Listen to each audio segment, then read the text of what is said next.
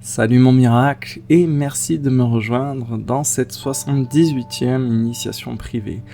Je te remercie de t'accorder de l'attention, un peu de temps pour toi, pour cette journée qui nous invite à ralentir et on va aller voir tout de suite ce qui se passe derrière la lenteur.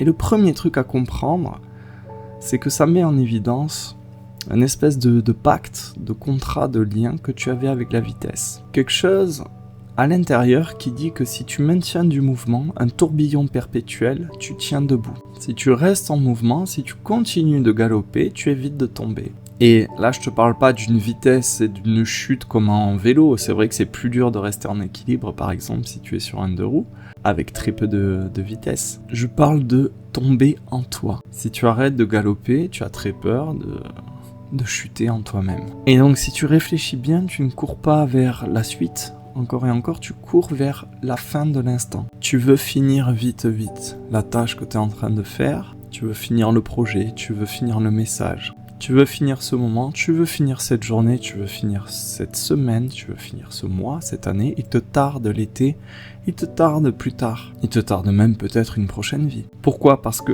l'instant, s'il est lent, il a de l'espace pour que tu puisses l'habiter. Et ça change beaucoup de choses, parce que s'il y a de l'espace pour l'habiter, comme si c'était une pièce dans laquelle tu peux te trouver, t'es plus dans un couloir. Quand tu galopes, t'es dans un couloir. Vite, tu traces tout droit. Et là, t'arrêtes d'être dans un couloir, t'es dans une pièce où il y a toi. Il y a ta respiration, ton intention. Il y a ta flamme. Il y a ton état réel de santé, émotionnel, de fatigue. Il y a tout ce que tu ressens, il y a tout ce que tu évites dans cette pièce. La vitesse adore l'après, la poursuite. Et la lenteur permet à la présence d'occuper, d'investir le présent, ici et maintenant. Et être disponible à la seconde là, ici et maintenant, ça peut être désagréable pour beaucoup d'entre nous. Et c'est pourquoi on accélère de plus belle. On justifie notre course après le temps parce qu'on a des tas de trucs à faire. C'est vrai. Mais c'est vrai qu'en surface. Si tu grattes derrière, il y a ce mécanisme que je t'ai expliqué dans la vidéo accessible à tous. C'est qu'on évite, il y a cette espèce d'esquive pour ne pas sentir la fatigue, pour ne pas sentir le vide, pour ne pas sentir ce truc qui se crispe en nous. Cette tension de fond. En arrière-plan, pour ne pas sentir la tristesse qui est feutrée, pour ne pas sentir une espèce de solitude. Et pour ne pas sentir aussi l'absence de récompense. La vitesse, ça te donne des bons points. Tu accomplis quelque chose, tu termines, tu réponds, tu avances. Et à chaque fois, ça te donne comme une petite caresse à l'intérieur, ça vient te flatter. Tu as la caresse de l'intensité, tu as la caresse dans le fait de te sentir utile, de servir à quelque chose, et puis de tenir la route, d'être efficace, d'être performant. La lenteur, elle ne joue pas dans ce registre-là, elle ne te donne rien, elle ne va pas te filer de bons points, elle ne va pas t'applaudir. En fait, elle va te laisser avec la texture, avec la matière brute, du ici et maintenant, de l'instant. Et ça, généralement, on a tendance à le fuir. C'est pour ça que dans la vitesse, il y a cette notion de survie, d'esquive.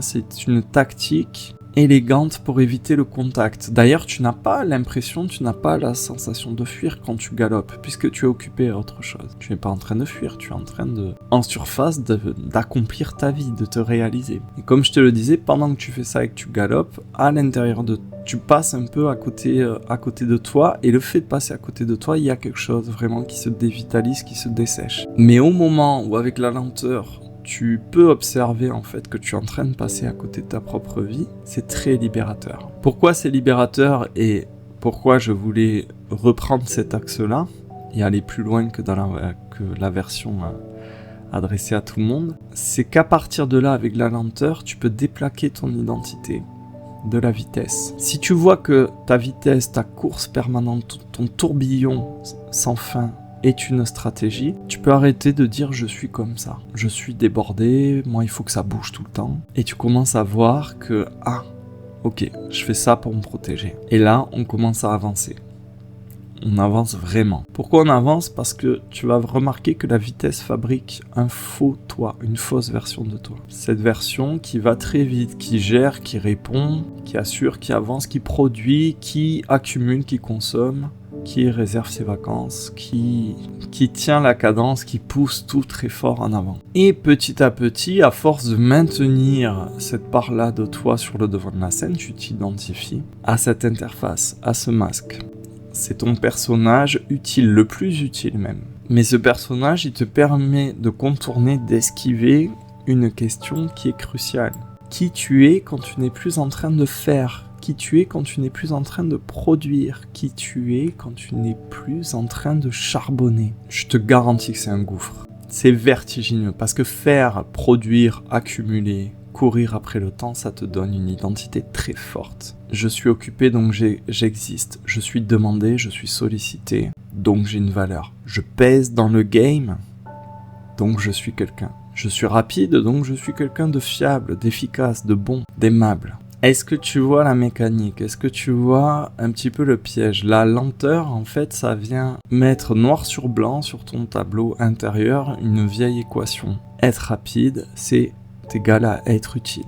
Être utile équivaut à être aimable. Et être aimable, ça permet d'être en sécurité. Donc, quand tu ralentis, t'es plus en train de lever le pied au niveau du rythme, t'es en train aussi de te désaxer par rapport à une stratégie vis-à-vis de l'amour. Et c'est là que toute une part de toi, ton corps même, peut résister très fort. Parce qu'il a la sensation, il croit qu'il va perdre sa place. Comme si tu allais devenir moins intéressant, moins digne d'être aimé, comme si tu allais avoir moins de valeur. D'ailleurs, si tu es très concerné par ce défi et cette réflexion, tu dois être quelqu'un pour qui méditer, ça doit être difficile.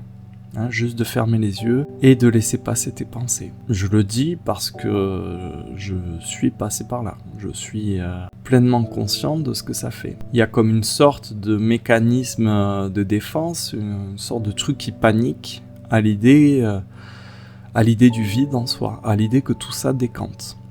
Et qu'à travers la lenteur, ou voire même l'arrêt, les choses apparaissent. Et c'est pour ça que le défi du jour, d'un point de vue plus profond, plus initiatique, au-delà de nous parler de la lenteur, ça dépasse la dimension du tempo, ça nous parle de ta valeur, de ta place. C'est un révélateur pour tout ce qui concerne ta sécurité intérieure. Et c'est là que ça nécessite d'avoir une vraie tendresse pour toi.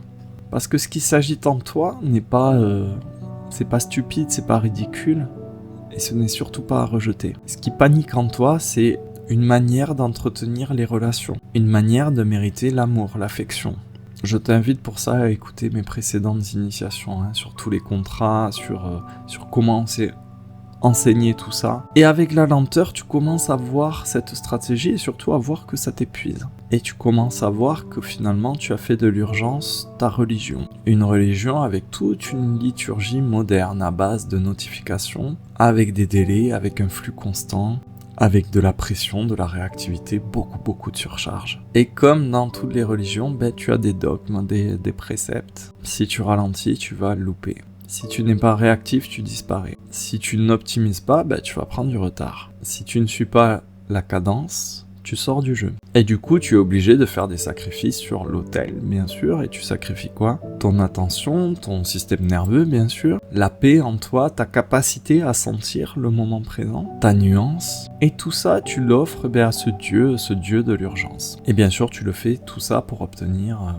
espérer obtenir la paix. Tu sacrifies tout ça en espérant obtenir ce fameux moment où ça va se calmer. Mais l'urgence ne te donne jamais la paix. L'urgence te donne toujours plus d'urgence. L'urgence ne sait faire qu'augmenter la dose. Elle te promet du soulagement, ou en tout cas c'est ce que tu crois, et elle t'entraîne dans une spirale. Et donc pour quitter l'église de la panique, de l'urgence, pour arrêter d'être aspiré par ce Dieu de l'urgence, c'est la lenteur qui te permet de reprendre la main. On l'a vu tout à l'heure, il y a une forte notion de liberté, de reprise de pouvoir intérieur dans ce moment où tu ralentis. Et il est très important de comprendre que la lenteur, ça remet ça intercale une toute petite seconde, un tout petit espace entre ce qui te touche et ce que tu fais. Et c'est dans ce tout petit espace que tu reprends la maîtrise de toi-même. Ce que la lenteur nous fait voir d'un point de vue un petit peu plus profond, c'est que la vitesse refuse de toutes ses forces le deuil. Ralentir, ça met en lumière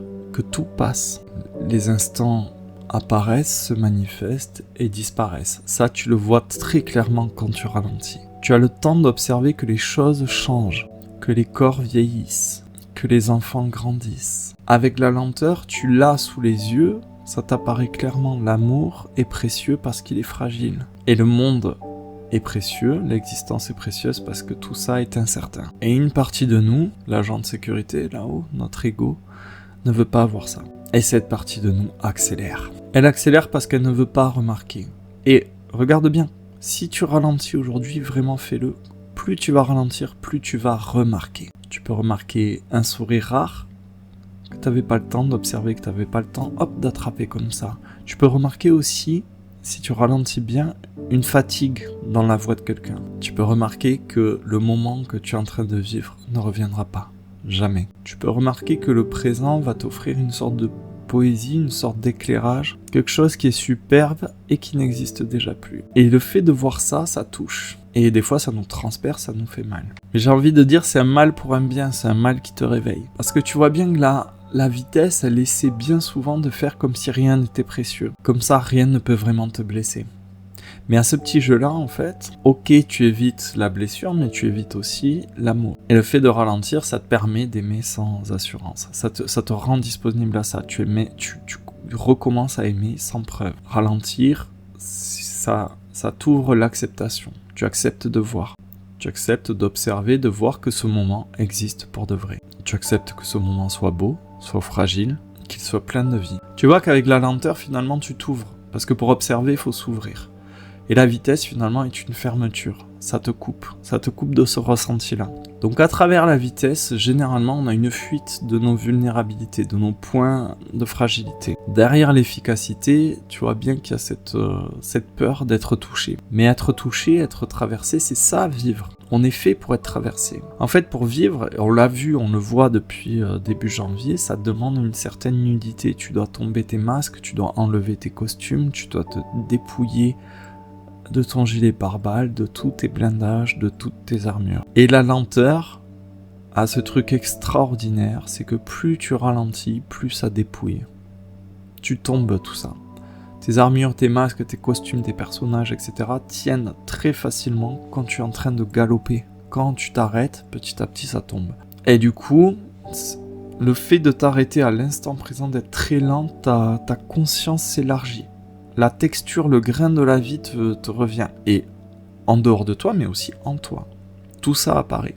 Et étrangement, même si au début c'est inconfortable, ça te permet de moins t'abîmer. En tout cas, dans un premier temps, ça te permet d'entendre cette espèce de bruit de fond de musique en arrière-plan.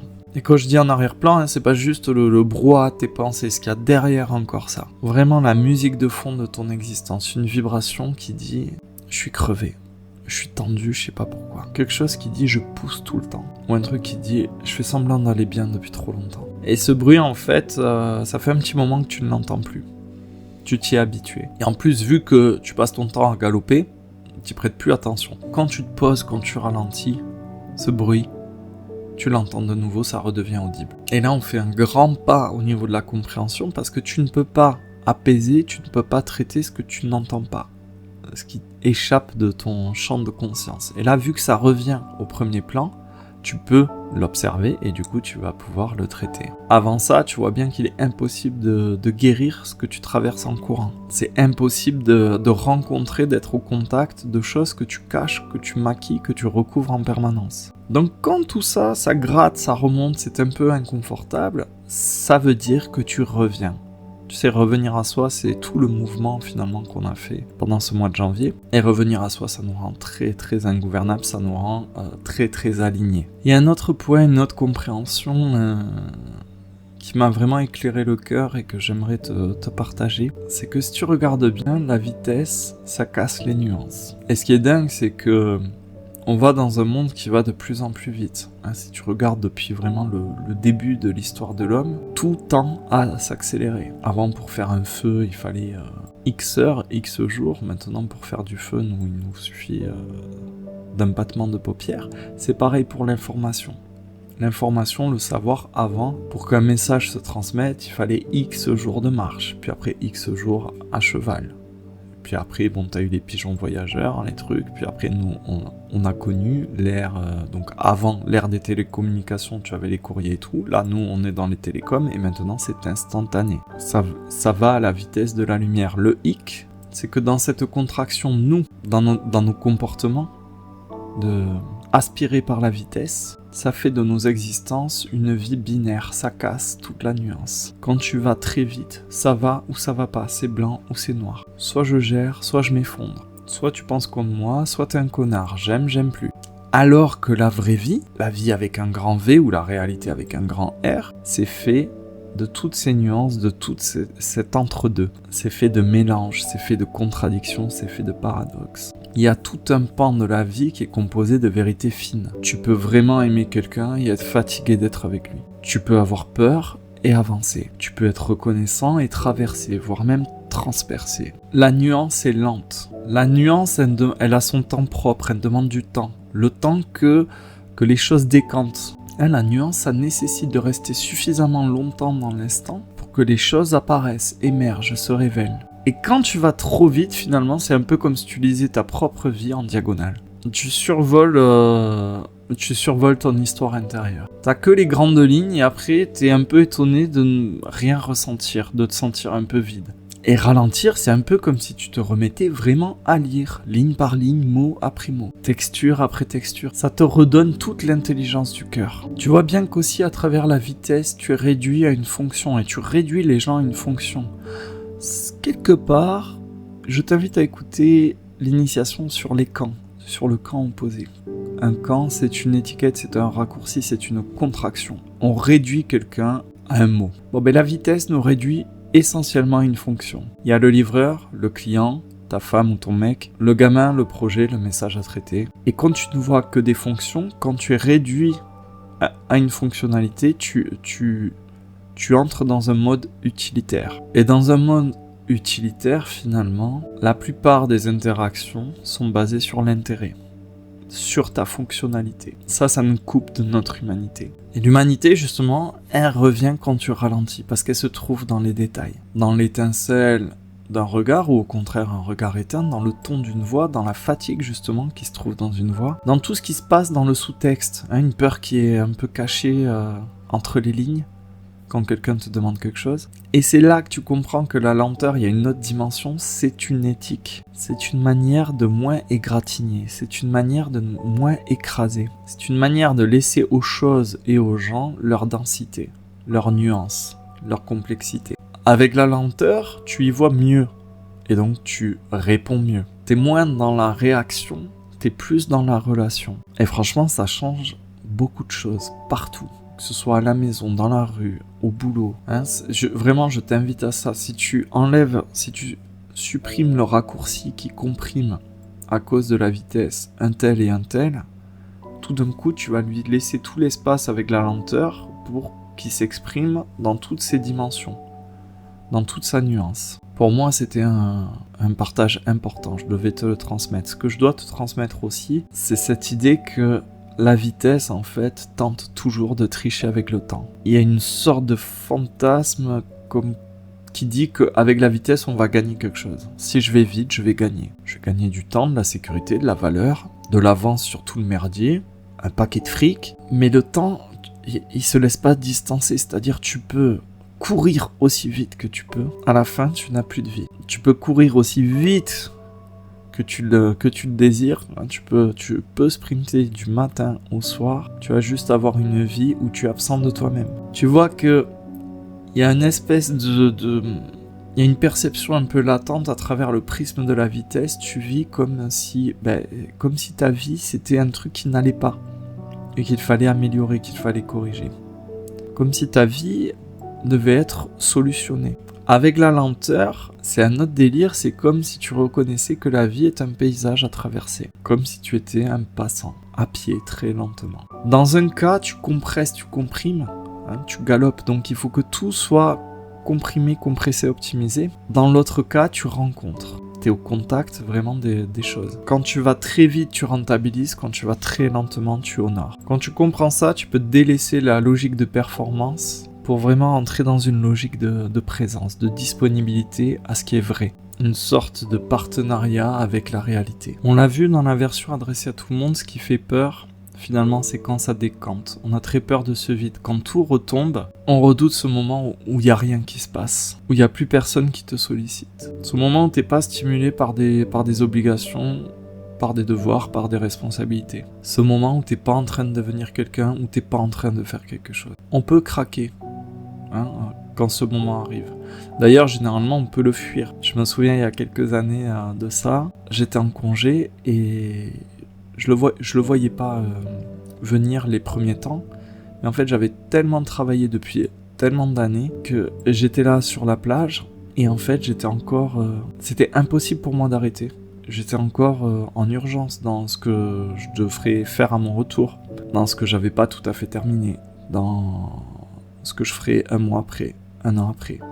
Impossible finalement d'être là, assis sur le sable, impossible d'être vraiment là face à l'horizon. Et c'était très clair que j'avais très peur que ça retombe, que ça décante, que mes pensées cessent, et très peur qu'ils m'apparaissent. Et c'était très clair que finalement j'étais dans l'inconfort par rapport à ça. Si j'étais pas utile, si j'étais pas au charbon, si j'étais pas sous le feu, sous la pression, je savais plus qui j'étais. Donc tu vois, dans un instant dépouillé avec la lenteur et voire même avec l'arrêt, le moment à l'arrêt, quand tu reçois plus de bons points de l'existence, quand la société est plus en train de t'applaudir, quand t'es plus défini par ta fonction, que la lenteur ouvre tout ça, qui tu es quand t'es plus la personne en train de charbonner, qui tu es quand t'es plus la personne qui fait tourner la maison, qui tu es quand t'es plus en train de galoper, qui tu es quand t'es pas en train de créer de la valeur, quand t'es pas en train d'accumuler du pognon, qui tu es quand personne ne valide ton existence, le fait que tu es là.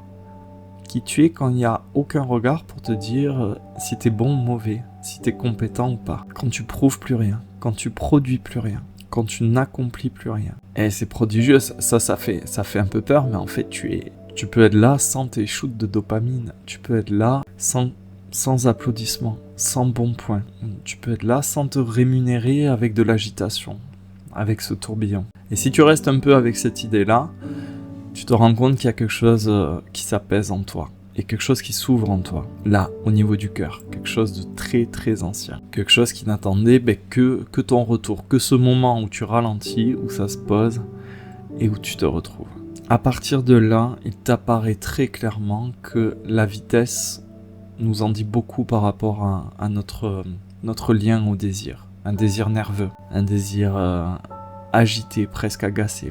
Un désir qui veut que le moment, l'instant change. Un désir de vouloir être ailleurs. Le truc qui dit que le prochain moment sera mieux. Le prochain projet sera mieux.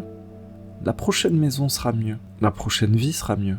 Tu connais ça. Toujours le prochain message, le prochain dossier, la prochaine tâche, la prochaine fin. C'est un peu cette sensation qu'on a pour les fumeurs ou anciens fumeurs entre deux clopes. Le prochain soulagement. Comme si l'étape suivante allait être la bonne. Comme si maintenant c'était juste un sas et qu'il fallait le traverser vraiment en galopant. Et quand tu ralentis, en fait, tout ça t'apparaît au grand jour. Tu mets tout le moteur à nu. Et ce moteur, il faisait en sorte de rendre chaque instant pauvre. Et en fait, c'est parce que tu as un esprit insatiable que tu as tendance à voir chaque instant comme pauvre. Donc tu vois, par rapport à ce désir qui, sous certains aspects, est un bon moteur pour nous, ce désir-là qui te pousse à toujours vouloir courir, tu peux à présent l'observer et tu peux exister à côté. Dès le moment où tu peux observer cette envie de courir, tu as recréé le décalage nécessaire pour reprendre les manettes. Donc aujourd'hui, on va aller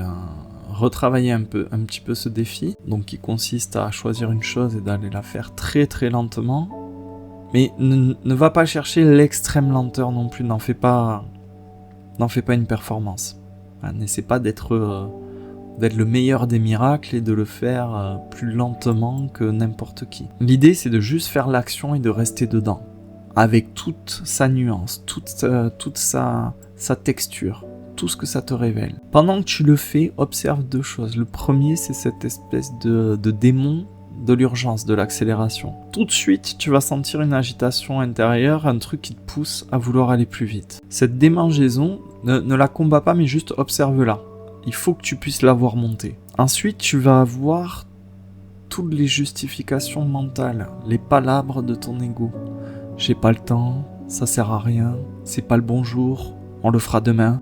Franchement, j'ai mieux à faire. Oui, je sais ce que ça fait. On sait tous les deux, on sait aller lentement. C'est bon, on passe à autre chose. Essaie d'observer ça et de voir à quel point ce sont des portes de sortie, des échappatoires pour ton petit roi là-haut qui perd un petit peu prise. Et enfin, attarde-toi sur ta capacité à ressentir la sensation brute, toute la texture, tout le grain du moment. Le contact, la texture avec les choses, l'odeur, la température, la lumière, la chaleur, le poids, la respiration. Utilise vraiment tes 5 sens. C'est là que tu reviens. Et vraiment, si tu sens une impulsion de fuite ou une agitation, offre-toi 3 respirations. Tu arrêtes ce que tu es en train de faire, tu sens que tu es en train de partir, qu'il y a quelque chose qui t'agace, qui te démange, ou tu es en train de pédaler là-haut.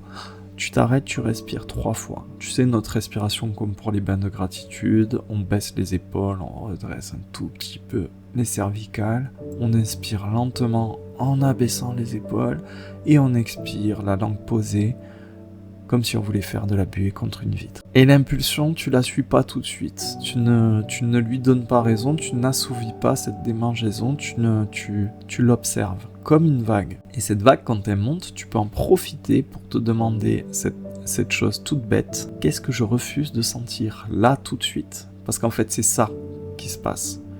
Il y a quelque chose, une démangeaison qui va monter, c'est pour protéger quelque chose qu'une part de toi ne veut pas ressentir. Ce que tu veux pas ressentir, généralement, c'est pas un truc hyper métaphysique, hyper profond. C'est une tension, une peur, un sentiment de vide, quelque chose qui te sert. Et si tu arrives à rester à observer cette vague pendant 3 respirations, tu vas voir que cette vague, elle monte et puis elle passe. Et donc tu peux récupérer ta place, tes commandes, le volant. Et ça crée le décalage nécessaire. Au passage, tu viens d'apprendre quelque chose de très bon, c'est que tu n'es pas un nuage, tu es le ciel dans lequel les nuages passent. Donc ça t'apprend le décalage nécessaire à observer les nuages en toi et à les voir passer. Et à ne plus t'identifier à ce qui te traverse. Et fort de tout ça, maintenant que tu as expérimenté tout ça, je peux te partager ma compréhension profonde, c'est que la fuite, c'est plus qu'un mouvement, c'est toute une relation qu'on entretient avec la réalité. Et cette relation nous fait souffrir. Il y a une part en toi qui dit que les choses devraient être autrement. Ce qui est là, ce qui t'entoure, devrait être autrement. Ça ne devrait pas se passer comme ça. Et c'est vrai aussi pour les personnes, il ne devrait pas être comme ça. Ce qui est en train d'arriver ne devrait pas se produire sous cette forme. Et vu que ça ne te convient pas, que ça ne convient pas à cette part de toi, qui ne peut pas se contenter de ce qui est, tu accélères naturellement pour aller vite vers un chapitre supposé être meilleur. Et donc du coup, tu es toujours en train de négocier l'instant, de marchander quelque chose, avec cette idée que tu seras bien après, que tu seras en paix avec telle et telle condition, et que tu vivras vraiment quand telle chose et telle chose et telle chose seront réglées. Le mécanisme, ce que je veux te dire, et ça rejoint d'autres initiations, on l'a effleuré ce truc, c'est que notre immense souffrance, ça vient d'un jugement sur ce qui est, sur ce qui est en train de se dérouler. Un jugement sur la situation, mais un jugement aussi sur toi-même, un jugement sur les autres, un jugement sur la vie. Et quand tu ralentis, il y a une sorte de vérité qui apparaît, le moment te remplit complètement, le présent te remplit complètement, et il y a de moins en moins de place pour négocier, il y a de moins en moins de place pour exiger un autre moment pour être présent. En fait, plus tu ralentis, plus tu entres dans le présent, plus tu entres dans la vie, et plus tu entres en toi. Il y a une notion donc du coup d'être en accord, d'être en accueil. Donc je te donne une petite astuce dans le geste que tu vas accomplir très lentement aujourd'hui, même durant une petite seconde, tu t'arrêtes. Tu t'arrêtes et tu es d'accord avec ce qui est. Et je suis pas en train de te dire d'accord, je valide tout. C'est pas le fait d'être d'accord avec tout, surtout au moment où je te parle. En plus, il y a des conflits armés, il y a des missiles qui tombent sur des civils, il y a des choses assez compliquées. Ce d'accord-là, c'est dans la notion d'accord, d'harmonie, d'accueil. C'est au sens de là maintenant, avec tout ce qui y est, je reste. C'est un accord, c'est un accueil qui permet d'arrêter le bras de fer avec l'instant. Et ça coupe le besoin de fuir. J'espère que je te l'exprime du mieux possible parce qu'il y a vraiment une bascule. Moi, j'ai toujours, d'aussi longtemps que je me souviens, j'ai toujours eu ce sentiment d'urgence, ce sentiment de devoir faire quelque chose, de devoir faire plus, très vite. Mais si tu ralentis et puis que tu t'arrêtes au point de cesser d'être en lutte, de cesser ce bras de fer avec l'instant, de cesser de vouloir changer ce qui est, il y a toute une vie qui s'ouvre en toi. En fait, c'est comme si tu entrais en toi et que tu entrais dans la vie en même temps. Et cet accueil-là, cet accord-là avec ce qui est, ça dépose une paix que j'avais jamais goûtée, jamais expérimentée. Et du coup, je te le souhaite vraiment. C'est une paix qui est signée avec le présent. Et c'est ça qui est derrière cette gratitude d'aujourd'hui. Merci, je ne confonds plus la vitesse et la vie. Je ne confonds plus l'urgence et la présence. C'est ça que ça fait. Ça te permet de reconnaître que l'idée même de travailler sur toi commence à se détendre. Et ça te permet de voir que même les belles parts de toi, tu sais, le chercheur de vérité en toi, celui qui veut bien faire, celui même qui veut réussir avec la lenteur aujourd'hui, que tout ça ne veut plus devenir autre chose que ce qui est là. Tu veux plus être meilleur, tu veux plus être plus aligné, tu veux plus être plus calme, plus spirituel, tu es là. Et avec un grand E. C'est-à-dire, pour l'expliquer très clairement, tous tes je devrais sont en train de s'éteindre et ça laisse la place à je suis. Ça enlève toute tension sur l'expérience. Vraiment, je te souhaite d'y arriver, ou en répétant un peu l'exercice. Si tu fais la chose, si tu traverses ce moment, si tu le goûtes au ralenti, et cette action lente, tu l'as fait sans te regarder en train de la faire, sans te raconter, sans t'évaluer, sans te féliciter, sans te critiquer, sans vouloir finir, sans vouloir faire mieux, sans vouloir corriger, juste tu manges, tu bois, tu marches, tu fais ton truc, tu le vis. En fait, tu goûtes à l'action au moment sans l'acteur crispé. Tu goûtes à la vie qui vit. Et ça veut dire quoi? Ça veut dire que jusqu'ici, on s'était servi de l'instant au ralenti comme un moyen.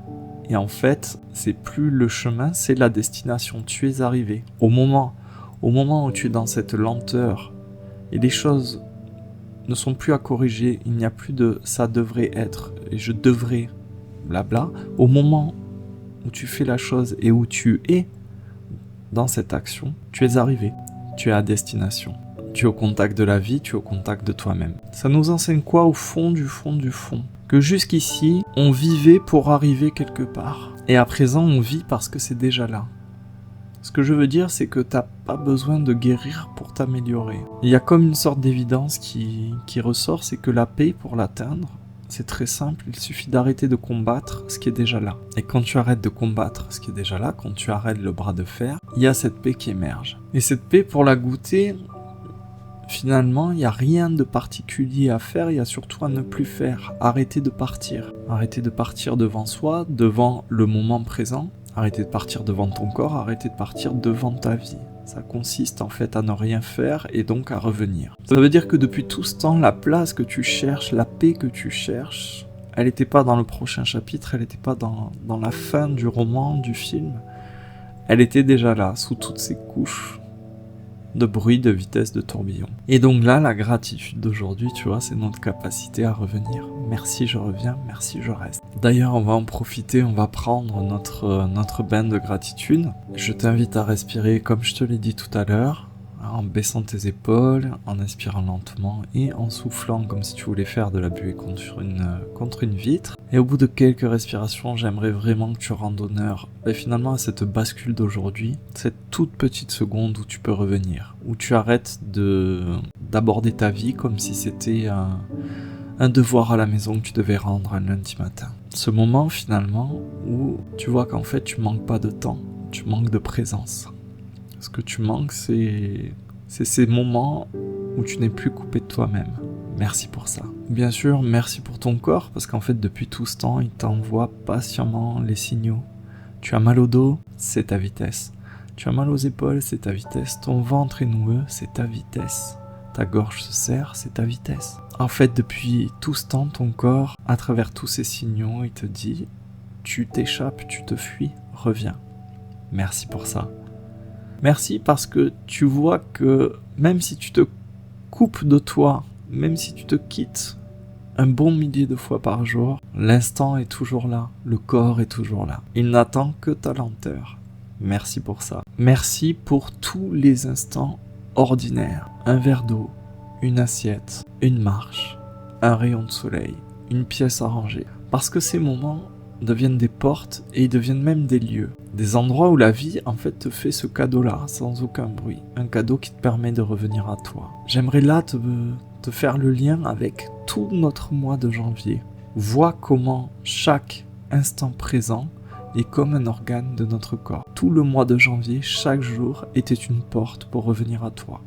Là, chaque instant offert par la vie, chaque moment de lenteur est une porte pour revenir à toi. Merci pour ça. C'est à travers la lenteur que tu te rappelles que tu es vivant.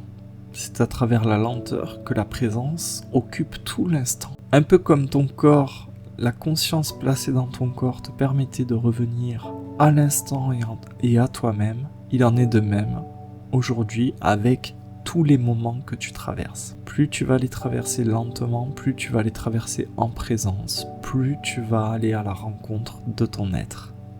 Merci pour ça.